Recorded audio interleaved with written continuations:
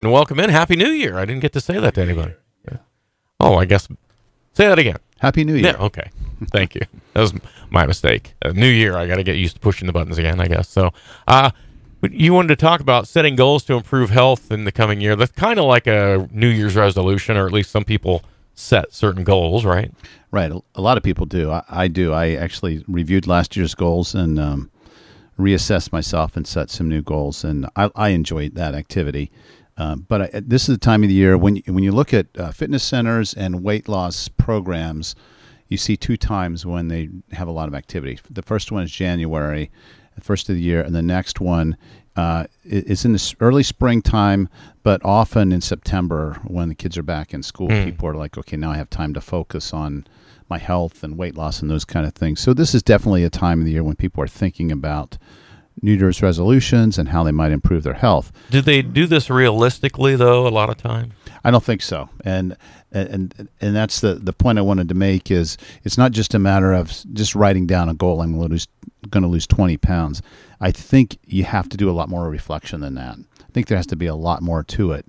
And so by the way, one of the best ways to improve your health is to enroll in Fit for Life. We've got about 10 seats open. That's right. So we'd like to promote that. We'll start January 18th. And that's a great way because we'll walk you through the process. We actually help you set the goals. We don't tell you what to write down. It's a self-directed goal-setting process. But the first question I think people need to ask themselves is, what are my core values? What are the things that are really important to me?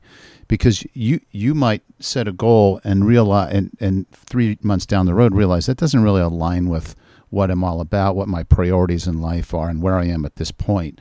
So core values, what am I all about? The second question is the why. Why is this important for me, and what is my purpose? What is my mission?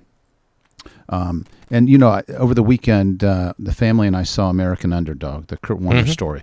Very, very inspirational. I was thinking about that movie and what motivated him to go from, I think it was a Division III college school as a senior, as a quarterback, to finally making it in the NFL and becoming an a Super Bowl champion. And he had a clear purpose. His purpose was to play football. And he also, the next question, so there's the what, why, the next question is the where. Where do I want to go? What's my vision? He had a very clear vision of what he wanted, and nobody was going to deter him from that. And then when you answer that question, the next question is, why now? And why do I have to do it now? And then what's worked in the past and what has not worked in the past? So these are all evaluation kind of questions. Yeah. Just getting down to what's really important to me and why do I need to do this now? What's going to motivate me in 2 weeks when I really don't want to do it anymore? And then the last question is what? What does it look like? Do you have a clear vision of where you want to be? And a lot of people, it's just very nebulous what they want to do. They want to improve their cholesterol. Well, what does that mean? What is your cholesterol level now? Where do you want to define a number? And then think about that number and decide what you have to do to fix that. So these are all preparatory questions. And then the last thing that I'd like to say about the preparatory questions is realize that you have to focus your energy. And if you set too many goals, you'll be too scattered. You won't be able to focus. Kurt Warner didn't have 1,000 goals, or even 5 goals on his list of things to accomplish. It was one goal.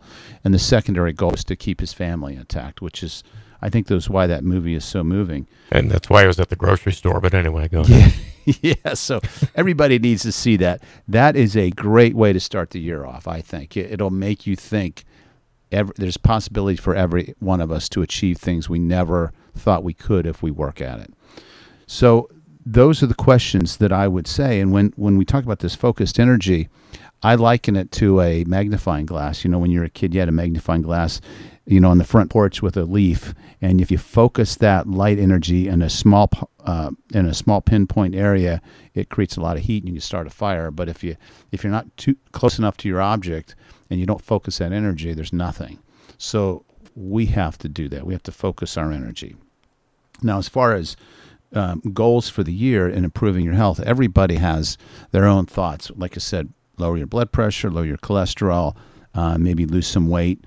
The first thing I would say, and this is all kind of covered in Fit for Life, is if you want to improve your health, the most important thing you can do is change your diet. Eat the right foods. The foods that get you into biggest trouble, regardless of who you are carbs and sweets.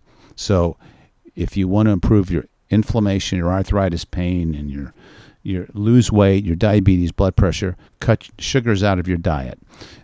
Now, how do you do that? What do we tell an alcoholic who said, I'm not going to drink anymore? Do we tell them to, well, just go to your friends at the bar and sit there and drink a cola while they drink their alcohol?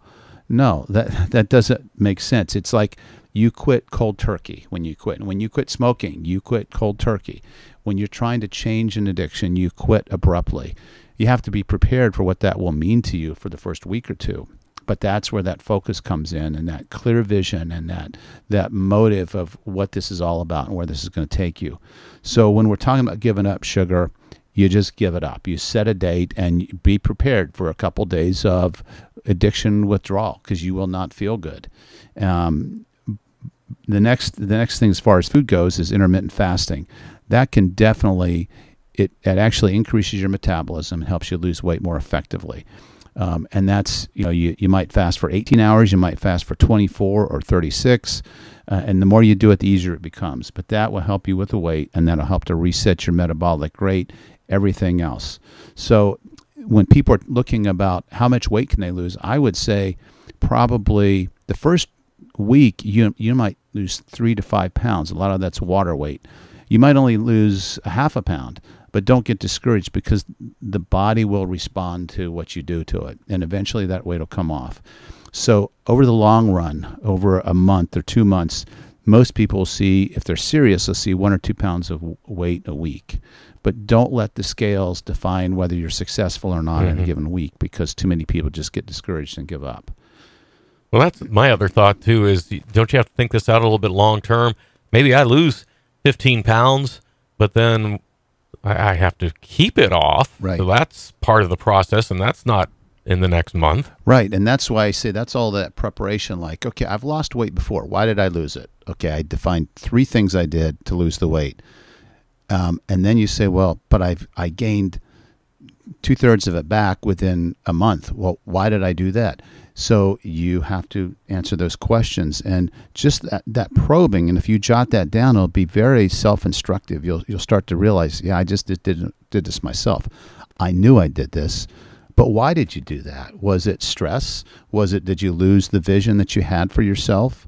Did you decide something else was more important? Is this really important to you? You say it's important, but maybe there are other things that are more important. So it's a lot of just meditation and thinking through the process, and why you're successful and why maybe you didn't maintain that level of success that you had when you started.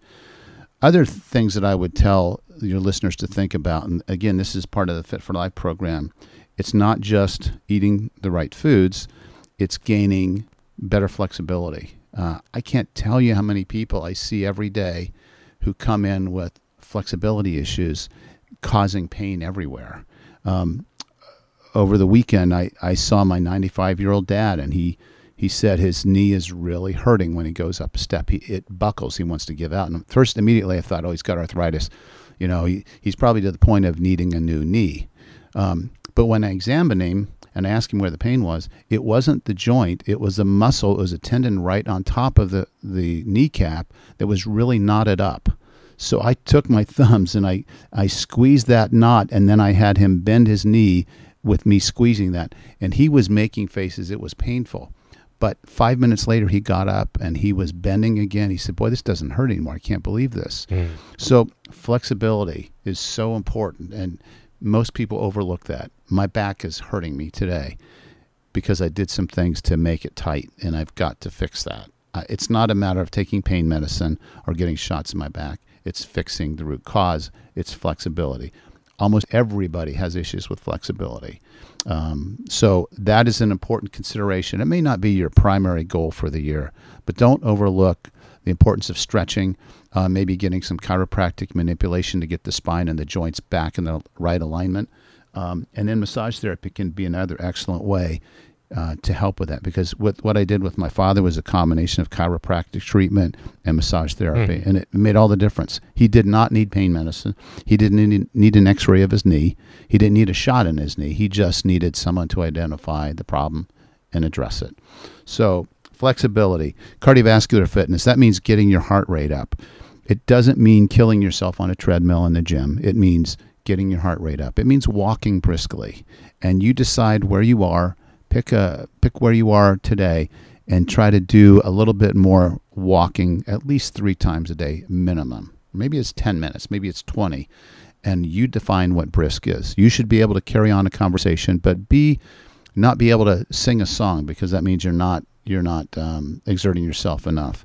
And then strength fitness is also really important, and that's just keeping the muscles toned and the joints in alignment. So something that addresses that. Now, here I am saying, stay focused, and I'm giving you all these areas. I don't mean to do that, but I want the listeners to at least think about those things, because maybe the only issue you need to work on right now is flexibility, or maybe it's cardiovascular. You haven't really understood that, and you know you need to walk.